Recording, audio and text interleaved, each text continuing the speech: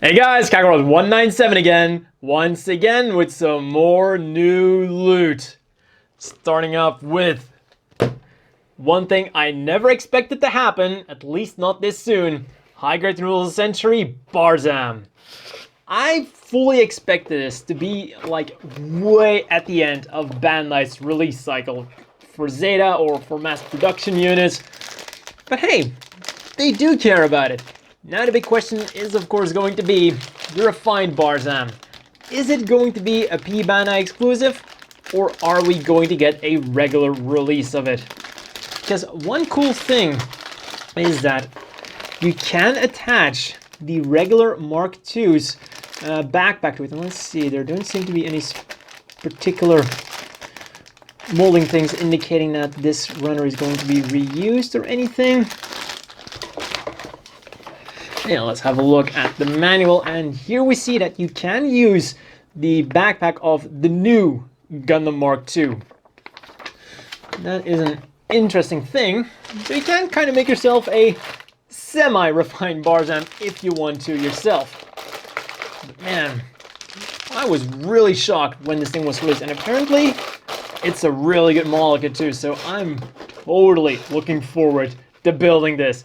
Now, I'm looking forward to building the Barzam. The one new thing I am not quite as much looking forward to build, I think you can already guess what it's going to be. Might just be saying that.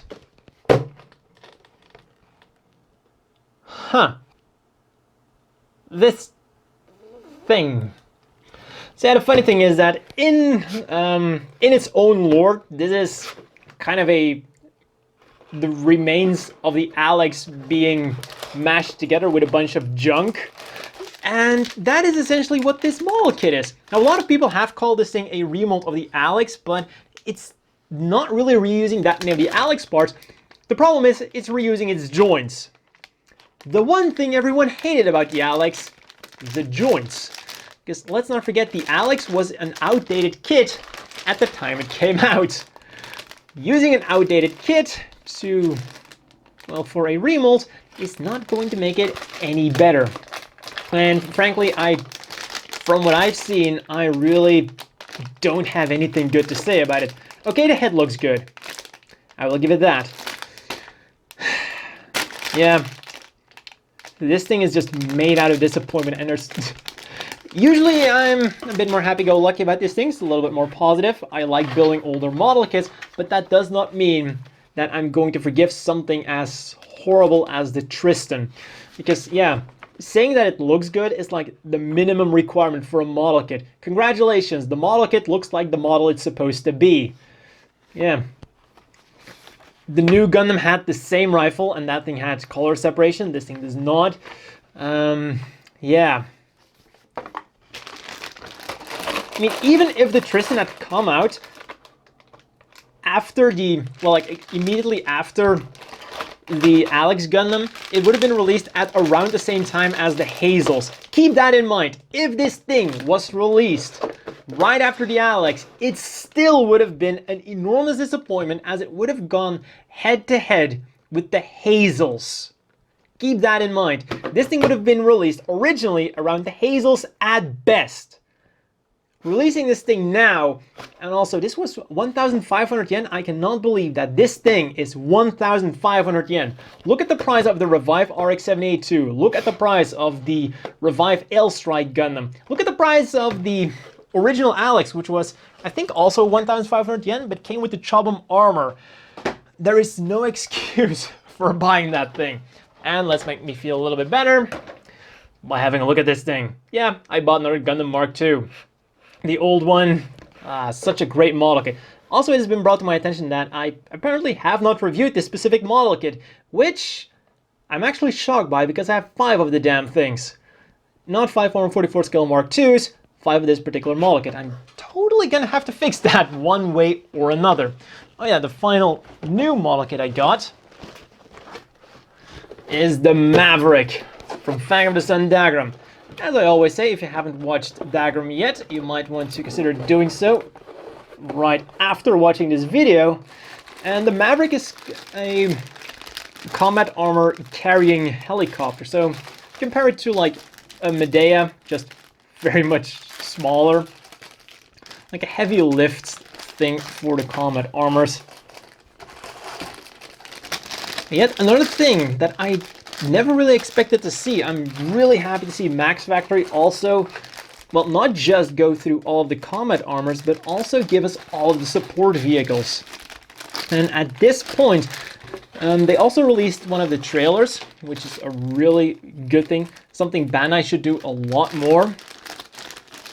Actually, that is kind of a thing now that Max Factory is releasing like the vehicles from Dougram. Bandai should really focus a lot more on vehicles from Gundam. They were doing it a little bit with the Ground War set. We have like the hover trucks and the tanks, but there are still so many vehicles in Gundam that are like really iconic, but we still haven't gotten like the Fan with Woody in it, or just a modern Medea.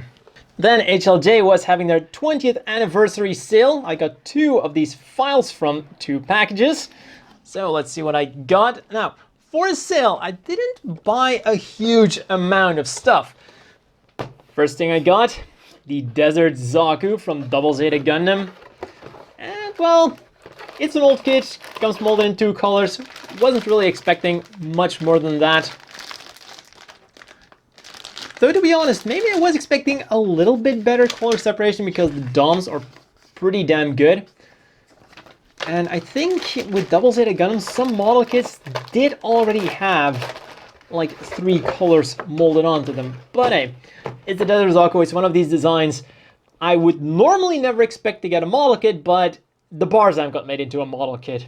And to be honest, I would have expected this, or the Dwage, or however you're supposed to pronounce it, to get a model kit before the Barzam. So hey, there's always hope. And that's the only exact model kit I got. I also got some add-on parts. Now the funny thing is about these verniers, I had the white version, which was the original release of these, like white grayish. I've had those in pre-order, back order, I'm sorry, for almost 2 years. I apparently missed the memo that these were being re-released as different colors. So yeah, when I saw these at the sale, I just immediately picked up 2 of them because I'd been waiting for so long for these damn verniers. But now I finally got them. Also saw these thrusters, which are going to come in handy for various things. So I decided, you know what, let's pick up one of those as well. And the last thing I got from the sale, one manga. This was the Shin Matsunaga manga, number 8. I think that was the only one I was still missing for the Shin Matsunaga manga. And also number 3 for Mobile Suit Gundam Blazing Shadow. This is a light novel, not a manga. Maybe I'll eventually try to read that thing. So far, I'm still working my way through Advance of Zeta. The final thing I decided to get are God Hand Nippers. Yep, I finally decided to bite the bullet on these. And if you want me to do a first impressions or like a review thing on these, leave a comment down below. The long story short is, I'm impressed by them, but I'm also not blown away by them because I've read so many crazy things about these godlike nippers on the internet. It's like you bring your God Hand Nipper anywhere near your runner and your model kit is built instantly as if it's Gundam built fighters. Yeah, definitely really nice nippers. Not worth the price. Some sites have them for like crazily upmarked, like 70 euros or $100 or something like that. But still, for the original price, these are really nice nippers to use. And I almost forgot about this thing. Yeah, it's a cleaning cloth from the Federation. Not really a whole lot I can say about that. It's a nice cloth. And that's all the new loot I got this time around. At least the new loot that would have fit into a Hazel Madness video. Stay tuned for that. Anyways, this stuff. Obviously, the first thing I'm going to be building is the Barzam. Yeah, the Tristan is the newest one of the bunch, but I really cannot be bothered to make that thing first. Also, Twilight Axis is turning into one hell of a disappointment with both model kits and the anime, if we can even call that. I have seen the first episode, and I've seen people confuse the first episode for the trailer of the first episode, because what the hell kind of confusing mess was that? It's like, what were they thinking? I do not see Twilight Axis ending well if the way they told the story in the first episode is anything to go on. I'm not feeling it. It's also kind of like they missed the memo on how to make a good anime that advertises the light novel. The way it's supposed to go is you make a really good anime, everything is awesome, except for the ending. The ending ends on an incredible cliffhanger that makes you want to read the manga or the light novel. Twilight Axis seems to confuse the fuck out of you in the hope that you read the light novel to understand the actual story. Yeah, that's not how things work. And finally, to wrap up this video, let's talk reviews.